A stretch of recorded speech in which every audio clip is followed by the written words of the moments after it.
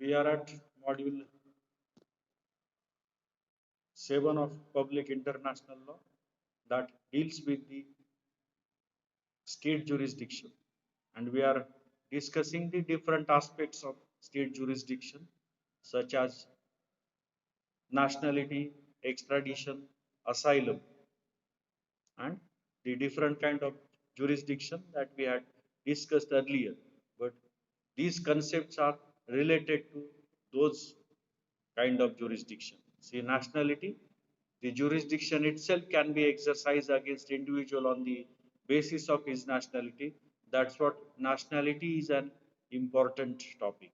Secondly, we seen what are the importance of nationality, and one of the importance we seen that even the state can refuse to extradite its own national.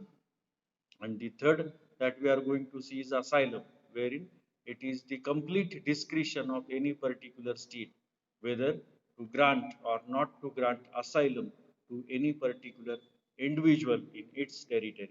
So, these two concepts from the point of exercise of criminal jurisdiction are important because the success and failure of the criminal jurisdiction, exercise of criminal jurisdiction is depend upon the extradition and asylum. So even recently, yesterday itself, you might have been read a news in the newspaper regarding the extradition process of Vijay Mallya, the fugitive accused from India. He is fled to Britain, and in yesterday in Supreme Court there was a hearing about contempt petition filed against Mallya and his presence over there. Supreme Court asked to the government as well as to his lawyer when the process of extradition will going to be concluded because the UK Supreme Court refused the extradition request of the Vijay Mallya, sorry, Asai, the accepted the extradition request of the Indian government, then what is remain? So in that context, we have to study these two topics because their government lawyer said that there is one secret proceeding going on into the UK Supreme Court, UK government, and India is not party to that. That's what the actual extradition of Vijay Mallya is delayed.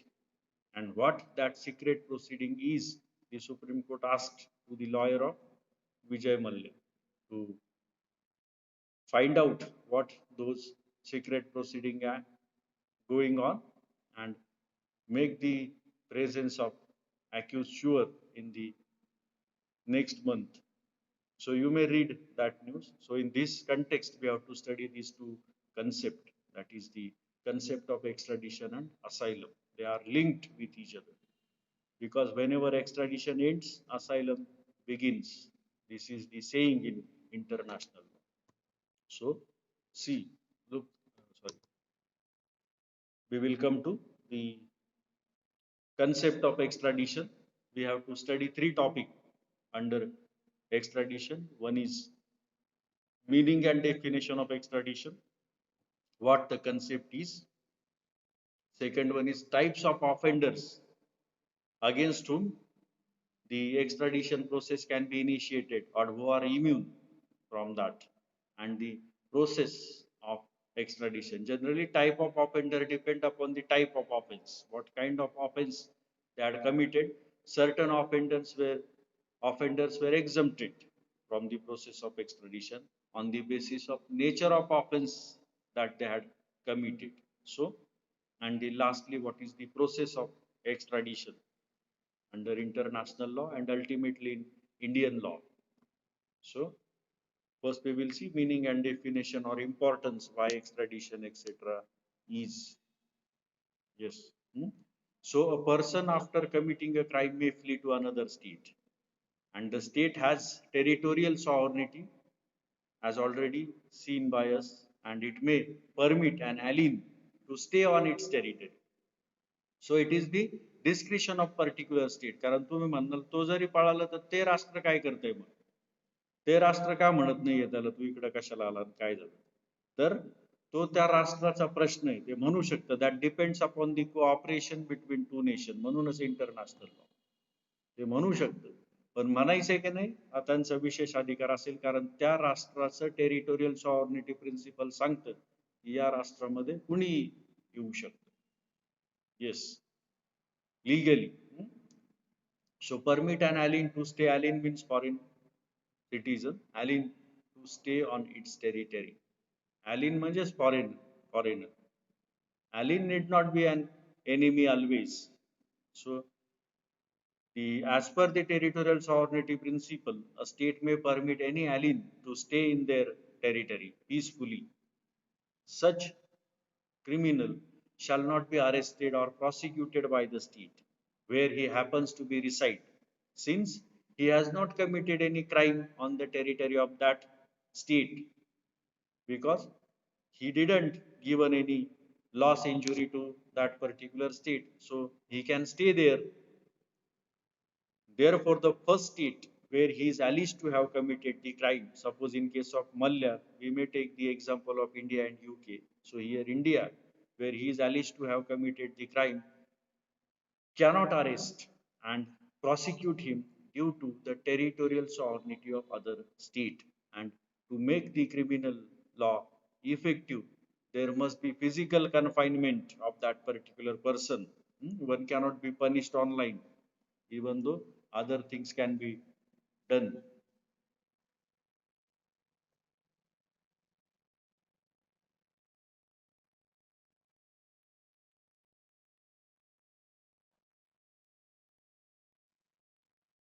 So in such cases, the first state is unable to execute its criminal law, ultimately its criminal jurisdiction abroad. But the aim of the law is to punish the criminal. For what sake the criminal justice system is created and what is the object of crime? The ultimate object of crime is that the person must be punished so he can be prevented, etc., from commission of further crime and law and order can be maintained. But in such situation, the state on whose territory the criminal has committed the offense cannot punish because he was not made available there. So, in such cases, the first state may request the state on whose territory the criminal is physically present or residing to deliver him for his trial and prosecution. Such process of demanding the criminal from the latter state where he is residing by the former state where he has committed the crime is called as extradition. Now we will move towards. So extradition is a way to achieve the object of criminal justice system because if any human being try to fail that particular object, the extradition is a solution to achieve that object. So latter, now we will move towards the definition of extradition, whether it was defined, etc. So, extradition in simply a formal surrender of a person by one state to another state for prosecution or punishment. So, two things for prosecution or punishment. Sometime offender may fled after prosecution because he is on bail. We have a provision in CRPC to give bail if the appeal is pending. Suppose appeal is pending, it is binding on that particular state, not at all. That we will see whether to grant extradition or not. It is not binding. It is the discretionary power, depends upon the provision of extradition treaty, etc. तिकडे जायचंय आपल्याला. Now we are at definition of extradition. So extradition can be for two purposes, for prosecution or for punishment. These are two different things. Prosecution means to prosecute because certain person may fled after commission of crime itself. Tiger Memon, Dawood Ibrahim, no question of prosecution in 93 blast case. So they can be extradited for prosecution, but some person may flee after prosecution and before punishment. So this for these two things they can be extradited. Now what definition of extradition is. That is Oppenheim, first author who defines extradition. Extradition is the delivery of an accused or convicted individual to the state where he is accused of or has been convicted of a crime by the state on whose territory he happens for the time to be. So, surrendered or fugitive in short. So, extradition means the delivery of a person by one state to another as provided under a treaty, convention, or national legislations. These are the mode to bring extradition into force. So, customary international law does not impose any duty on state to surrender criminals. Yes, your answer is here, Wajid. There is no duty on the state to surrender criminals on their own unless other state approach makes a treaty. Then that which state will see for what sake the extradition is demanded, what kind of crime is committed, what is the evidence available, etc. That we will go there. But the customary international law says that it is not the duty of state to surrender criminals. So that's what the loopholes and defects were found out by the accused and their benefits were taken always. See, the loopholes and defects were always found out by the lawyers and the benefit of such loophole defects has to be taken by the accused. Generally, whatever provision which were made for the benefits of particular section, those provisions generally misused by others who are not belonging to that particular class. So that is the different issue. But take into account that there is no duty on the state to surrender criminals. States have, in the absence of a treaty, upheld their right to grant asylum for foreign individuals on the basis of territorial sovereignty. जर दोघांमध्ये करारनामा नसेल तर ते राज्य ते राष्ट्र त्याला असायलम म्हणजे आश्रय देऊ शकतात. म्हणजे जी प्रोसेस आता जी सिक्रेट प्रोसिडिंग जे म्हटलंय काल सुप्रीम कोर्टामध्ये, that secret proceeding is nothing but the Vijay Malla is asking for asylum to the UK government, and that is not disclosed by the UK government. So we will see that in the asylum topic. So states have in the absence of treaty upheld the right to asylum. If there were no treaty, then there is a right to asylum on part of accused. Now, next is a process of extradition. The first step towards the extradition process is existence of extradition treaty. So, no extradition will operate in the absence of extradition treaty between the two states. Then what offender does? Offender finds such state with whom Indian government is not having extradition treaty and they flee to that state. Others, Mehul, Choksi, and all other in Punjab National Bank scam fraud, Nirav Modi, they had fled to such state and they are changing their state. Yes, that's what Parliament had enacted the Economic Fugitive Offenders Act 2018 to remove this drawback. Still, they are changing their nation from one nation to another nation, and the most defect in such process is the corruption, not here in India, but in the world. That corruption saves, because if all are vigilant, all are bona fide, the no question of these treaties and all these things will arose. So, yes, Komal, Economic Fugitive Offenders Act 2018 is enacted for this sake by the recent government, and that's what the treaties were made by the government on the basis of this act with all those states where these offenders are hiding. So the first process is extradition treaty. So if no extradition treaty, no extradition. So modern civilization demanded extradition of criminal as a rule, and as such prior treaties between the states were concluded. In the beginning, initially there were bilateral treaties which gradually have been extended as multilateral. सुरुवातीला bilateral treaty म्हणजे ज्या दोघातच treaty करायची, आता मल्टीलॅटरल treaty एकदाच अनेक राष्ट्र ती treaty करतील. नाउ सेकंड स्टेप, ती ट्रिटी झाल्यानंतर भारतासाठी आता आपण स्पेसिफिक अडॉप्शन थेरी पाळतो.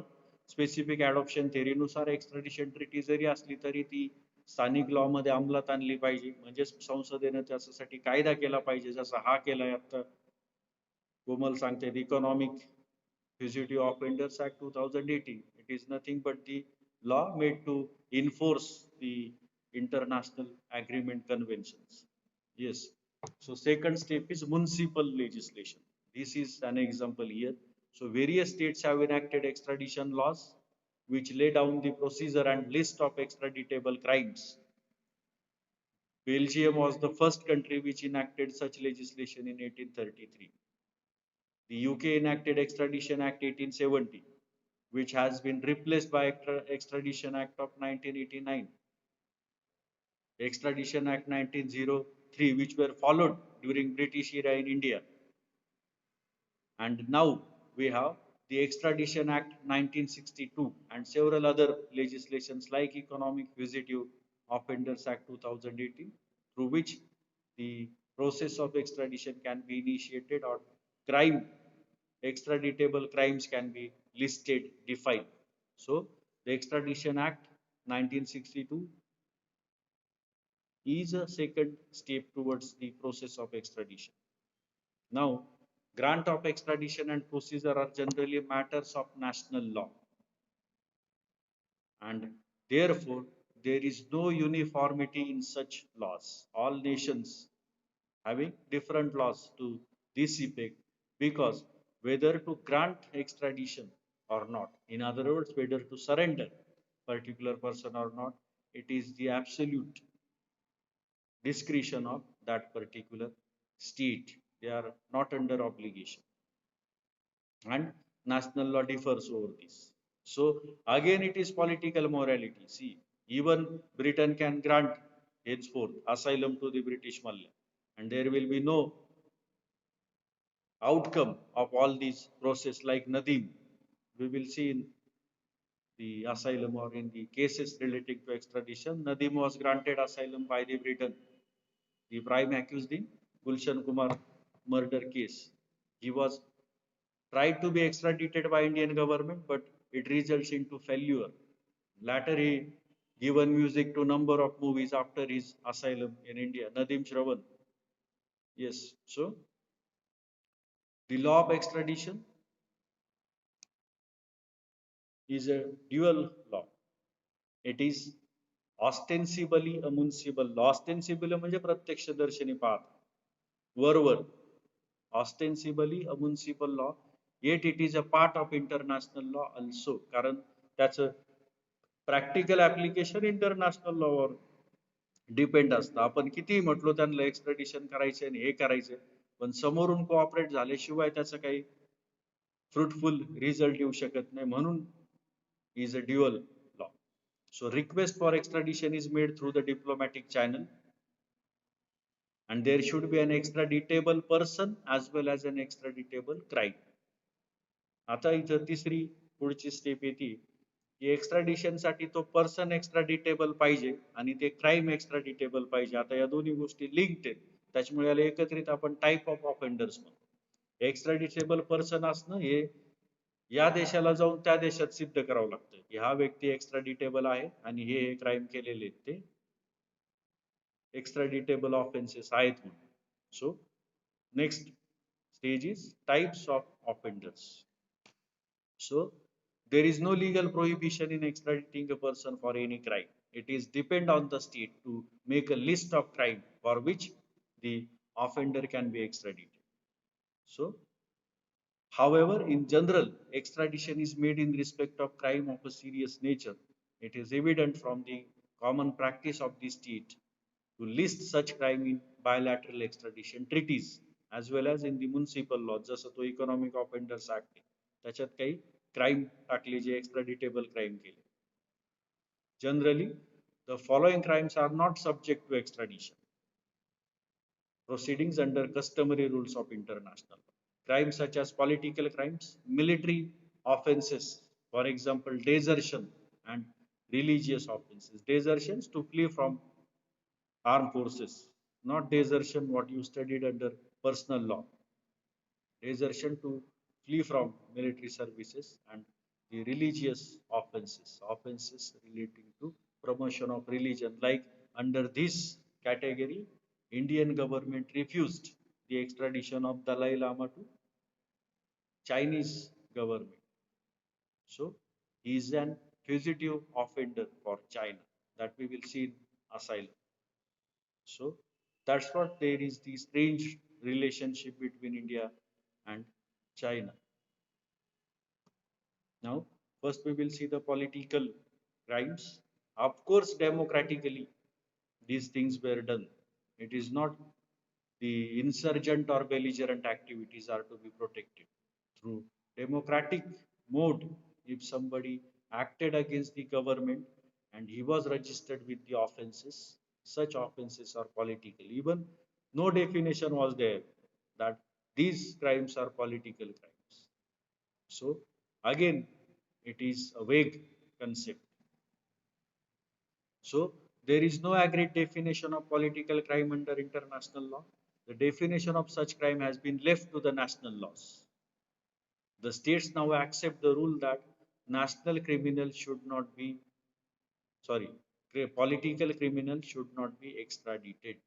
But the experts of international law have expressed doubt regarding the existence of any rule of customary international law which prevents a state from extraditing a political offenders. But some says there is no any such rules which prevent extradition of political offenders. It can be extradited. So no uniformity among state over this. Therefore, various criteria have been adopted to define political crime, such as these criteria are adopted by nation-wise. First, the motive behind the crime, for what sake the political crime is committed, whether the welfare of people, etc., the circumstances under which it was committed.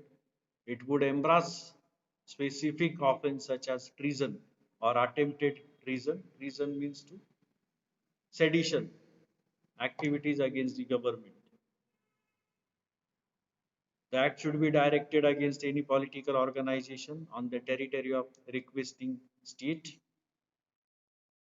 There should be a political unrest and the existence of two political parties striving for establishment of political control in the state. अशा प्रकारची परिस्थिती असेल तर त्याला political crime म्हणायचे. दोन राजकीय पक्ष सत्ता स्थापनेसाठी एखाद्या राष्ट्रामध्ये डेमोक्रॅटिकली संघर्ष करतायत आणि त्याच्यातून एखादा गुन्हा झाला असेल तर that is political crime. Yes, so these are the criteria laid down for the political crimes. So now thereafter, what if you have any queries over this, you may ask, because the other parties remaining that deals with the cases about the extradition. But till this, if you have any queries, you may ask. Yes.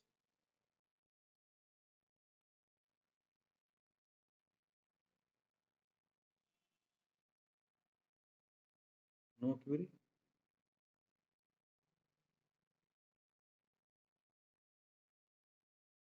Yes.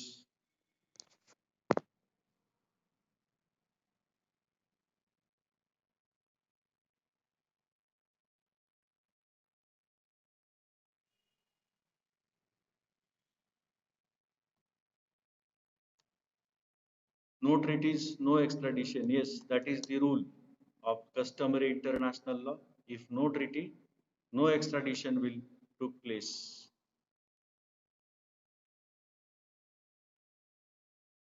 So first task to be done by the government for the extradition process is to enter into a extradition treaty. So the difficulty in defining the political crimes under international law make the concept vague, or what is political crime and what is not, that has to be decided by the particular nation. So a group of state may consider the particular movement for achieving political ends as deserving protection, while another group of state may consider that such members of the movements are criminals. Some may say it is the democratic movement, or sometimes ordinary criminals might to be sought in extradition by a state for political consideration.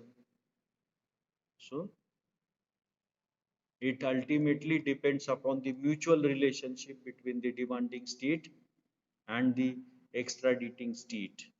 That may also play a significant म्हणण्यापेक्षा completely, that role is important. So everybody is to settle their political goals, even individual or even nations. So this is evident from the decision of courts of law in some of the landmark cases discussed below. Now we'll come to the cases wherein the concept of extradition has been discussed, or the request has been accepted or rejected. One case is of, now some foreign cases will be there. So the first case is of Castiglione. Castiglione Re. Re is a reference. The name of accused is Castiglione. So in the instant case, the prisoner was a Swiss national, citizen of Switzerland, who was arrested by the British authorities. So the case is between UK and Switzerland on a warrant of his extradition to Switzerland. He was accused of the charge that he had in uprising. He shot a member of the member council of the canton of Trinico, थोडक्यात the legal representative of people in that state, like what we call this MPMLA in our nations. So, in the course of seizing the municipal palace there, so the British court discharged the prisoner on the ground that his crime was of a political nature. And the court noted three things for a political crime, namely acting in pursuance of the political ideas. Second political unrest, unrest म्हणजे disturbance, राजकीय बंडाळी तिथे निर्माण झाली होती का, conflict between two or more political parties, दोन किंवा अधिक राजकीय पक्षांमध्ये संघर्ष चालू असणे सत्ता स्थापनेसाठी. That is also a situation within which political crimes can be committed. Of course, that is at the central government, not at the municipal level. That is not considered as a political crime. Even the state government मध्ये सुद्धा ते political crime होणार नाही की एखाद्या राज्यातली सत्ता स्थापन करण्यासाठी जर संघर्ष चालू असेल आणि त्यातून गुन्हा घडला, हे फक्त कधी सेंट्रल गव्हर्नमेंटचं सरकार स्थापन होणार असेल त्यावेळी. The second case is Munayr Re. According to the facts of this case, the prisoner was an anarchist who had caused anarchist disturbed. They are not abiding the law of that particular nations, like Naxalites in India. Anarchist who had caused two bomb explosions in a military barrack in France, in which two individuals were killed, and who fled to England. However, the British could refuse to accept his crime as a political by excluding anarchist and terrorist acts from the category of political crime.